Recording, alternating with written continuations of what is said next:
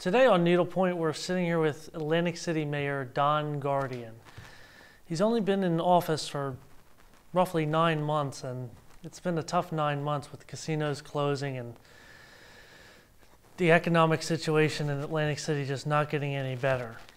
Mayor, we want to really thank you for being here with us today. Really appreciate you taking the time out. We know it's such a busy time for you.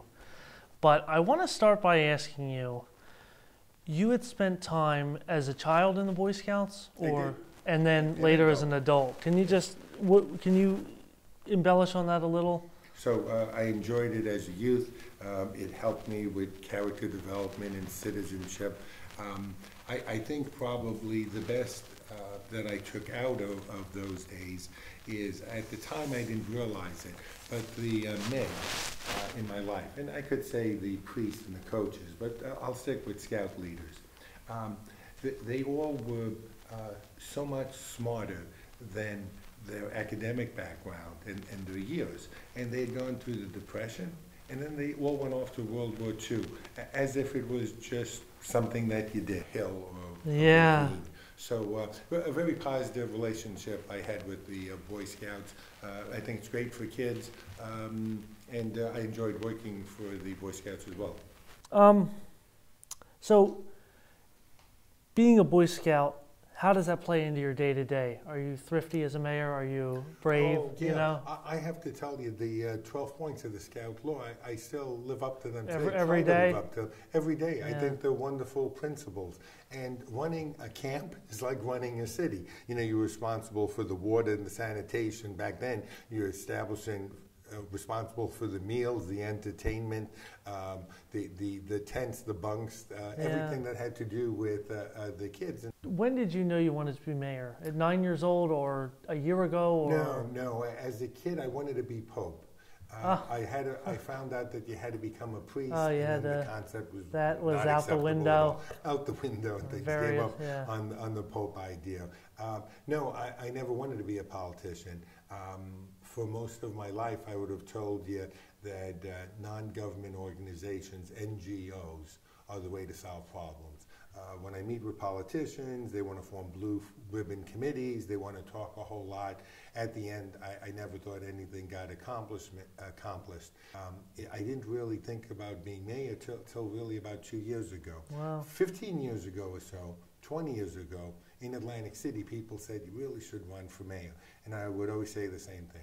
Here's what you're looking for.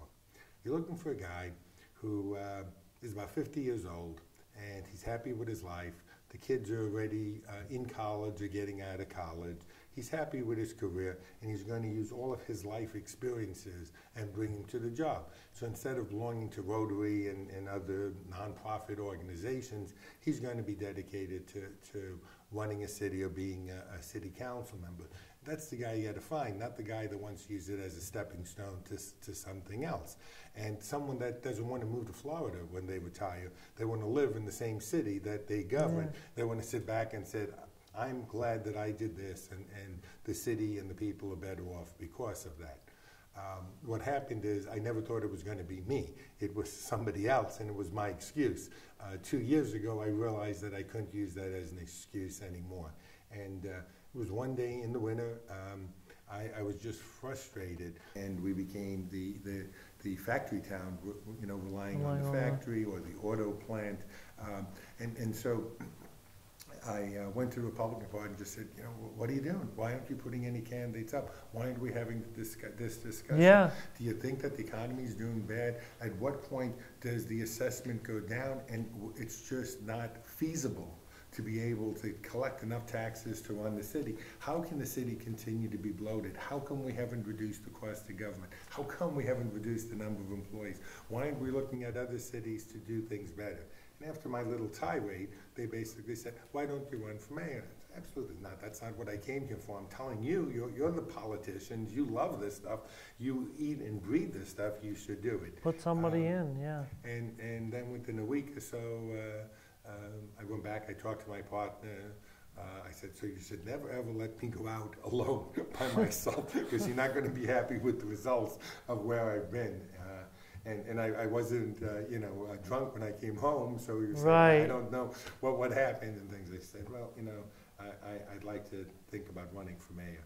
And we talked about it over the weekend. By the end of the weekend, he says, I really think that that's what you were meant to be. But let me ask you this, if you don't mind. Sorry to interrupt. You spent 20 years at the CRDA. Yes, SID. Yeah. Special Improvement District. And I saw an interview with you right after you were elected, and you said, well, I kind of sort of ran half the city before. Yes. What was the problem? Why, and not in a negative fashion, but why couldn't you do more in that position? What was the roadblock for you there? Well, what happened is when I said I ran half the city, it was really in terms of physical things. So I could arrange to make sure the streets were clean and build bus shelters and buy trash cans and empty the trash cans and rake the beach and sterilize the bathrooms and help with parades and special events and build parks and do landscaping and have ambassadors out to be the eyes and ear of the police. But that was kind of your limit. You couldn't get into housing. You couldn't do a whole lot of other things. So it was really more of the clean and safe. But it killed me that I was providing the service easily for half the city, and the other half of the city, which is more important, where residents live, the residential district, not the tourism district, was plagued with graffiti. The streets were being cleaned maybe every 2 weeks at the best. Weeds weren't clean, lots weren't cut. And so from that standpoint, I'm saying this is something I'm going to be able to do immediately. I'm going to be able to bring up the city to that standard, at least in terms of cleanliness, and I'm going to work with the police department and make sure that we have all sorts of initiatives, from having the police be better partners with the community to actually getting to the point of preventing crime rather than just solving crime. Right. Why is repaving Pacific Avenue? Why has that been such an issue over the years? It seemed, I was talking to Joe McDevitt one time, and he said, I think we could just start by repaving Pacific Avenue. What's the 411?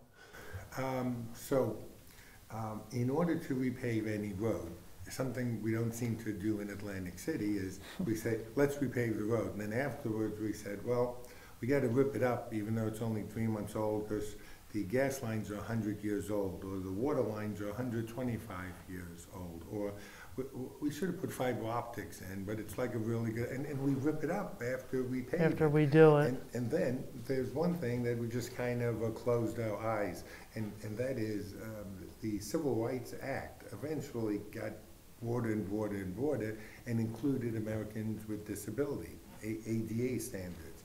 And so one of those standards is everything that you build and design, you got to make sure that people that are physically challenged, visually challenged, hearing challenged, are able to get around. And so we have Pacific Avenue, which is certainly home to a lot of people, a lot of visitors. Senior Citizens complexes there didn't even have the curbs that people could go down. In some cases, they poured a concrete blob at the end of the street, and if you, God forbid, you were in a wheelchair, you would go so fast you'd run into a car. More that you can't pave Pacific. It's an embarrassment to say that the city's moving ahead, that we're welcoming visitors when you're ripping up your muffler on Pacific Avenue, for that matter, almost every street in Atlantic City. And so CRDA agreed to the pavement for Pacific Avenue, and the key was not paving it during the summer. So right after Miss America this year, you'll see that the street will be paved. Pacific Avenue, by Christmas time, it's going to be the smoothest street in the world. So we're going to close it actually on the Tuesday between Christmas and New Year's. And I'm going to invite kids of all ages to come grab a skateboard, grab your skates, grab your wheelchair, or grab your bicycle and skateboard down with the mayor down the smoothest streets now that's different. In New Jersey. You know, getting back to you as a person, not as mayor, I mean, do you have like a favorite book that influences your life? Wow. No. Really? No, I love reading. It's one of the things that I'm doing less now. I just don't have busy. the time because I'm busy all the time and things like that. What song runs through your head every day? It's a Wonderful World. Wow. Yeah, Just like that. absolutely. Yeah. And if you had a superpower, what would it be? I had a superpower. Wow. You know, I'm real happy with the gifts that I With the have. gifts you have? Yeah. What do you think your legacy will be if you do 8 years, or I'm not sure how many terms you can be, but if I asked a historian 20 or 30 years from now about you, what do you think what would you want them to say? So what I'd like to do is to make sure that we're making wise decisions now so that 10, 20, 30 years, the city is a much better place than it is today. And so in order to achieve that, I think we need to do a couple of things. Right now, we're going through really tough times. So this is the transition from gaming only to gaming plus other things. Since all this city knows for 160 years is tourism, I got to start there. So bringing in conferences and conventions, we can do that because rooms are now empty Sunday through Thursday when it's not warm, because we don't have the amount of gamblers we had before. If you want to build and really become a city, not just a big town, you got to have an academic campus here. And I'm really happy to have ACCC and their expansion, and I certainly welcome future expansion.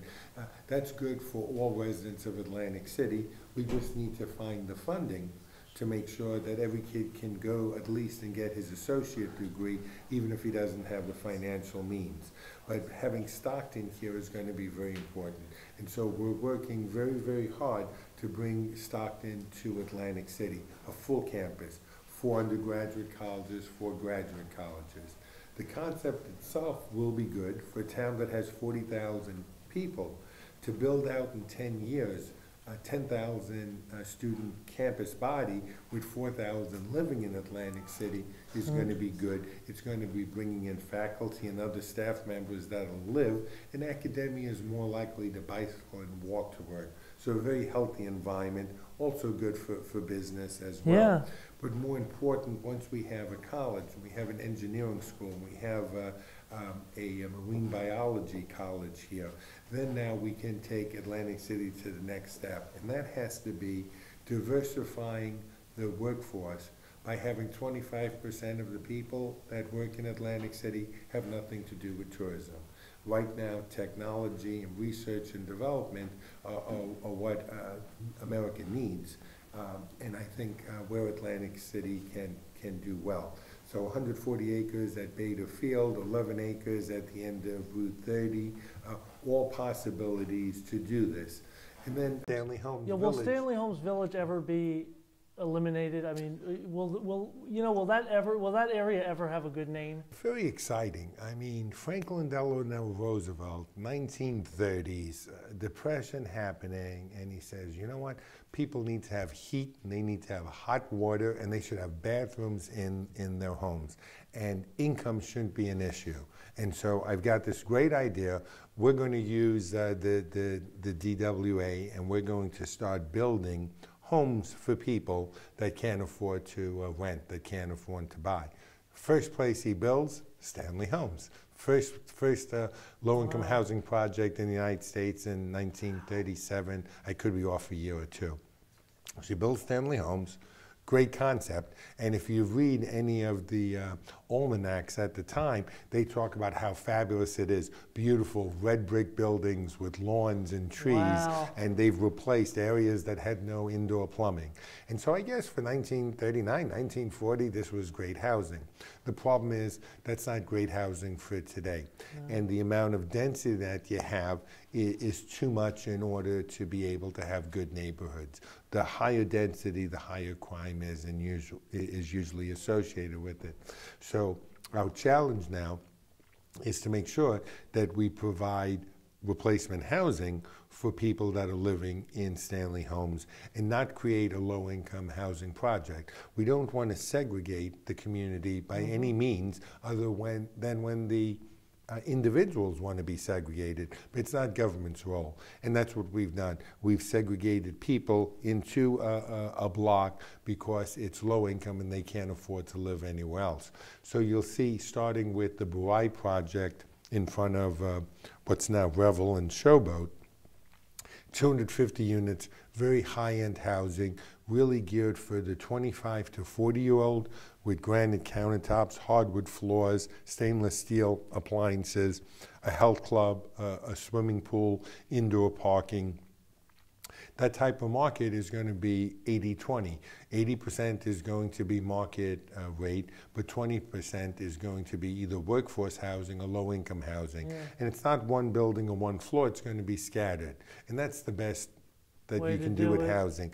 The neighborhood I live in, up in Gardeners Basin, is 20 years old. It's 80-20 housing, and it's the perfect mix. You'd never know that who's rich and who's a little bit more affluent, because it's all mixed together. And so I think Stanley Homes will always keep the name, but I think what will happen is with the three village by village, we find other housing that is by far superior to the housing they have now. You take down a village, and then you replace that village with market rate housing, with workforce housing, and with affordable housing. Yeah.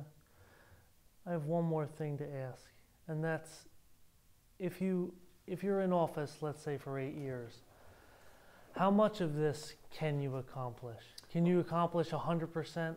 Or go ahead. Yeah. What happens is, first of all, you have to persevere, and you have to have 100 ideas. In other words, things are so tough in Atlantic City now, I can't say I'm going to concentrate on paving roads. We're doing that. I can't say I just want to do lighting. We're doing that. We're going to have LED lighting all over the city, producing better lighting at lower cost. We have 500 housing units that are actually going to be started by the end of this year, because we need to increase from our population from just under 40,000 to 50,000. That's a good number for Atlantic City. Our roads can handle that, our schools can handle that, police and fire can handle that. So that's the future of where we're going with the city. And yes, I would like to be a mayor for 8 years, not for 12 years. I have no intention of doing another term. You know, if nominated, I will not run. If elected, I will not serve. I want to do 8 years, and I think that's a good period of time. I think one of the problems that we have with elected officials is they just see it as a job that they continue on. And I think what you got to do is give it your all for a short period, 2 terms, and then hang up your hat and let someone else take over the reins. Yeah. So this program that we're doing is for the South Jersey Culture and History Center.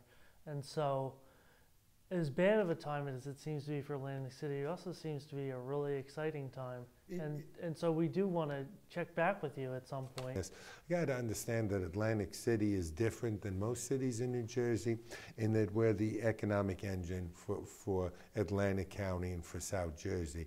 And so I really need to be aware to make sure that what we're doing in Atlantic City is going to help the area as well. Yeah. Well, we're just so humbled that you're here and you came to talk to us. I'm humbled to have the opportunity to be here, and I thank you very much, Ian, for this opportunity. Thank you, Mayor Don Guardian, everyone.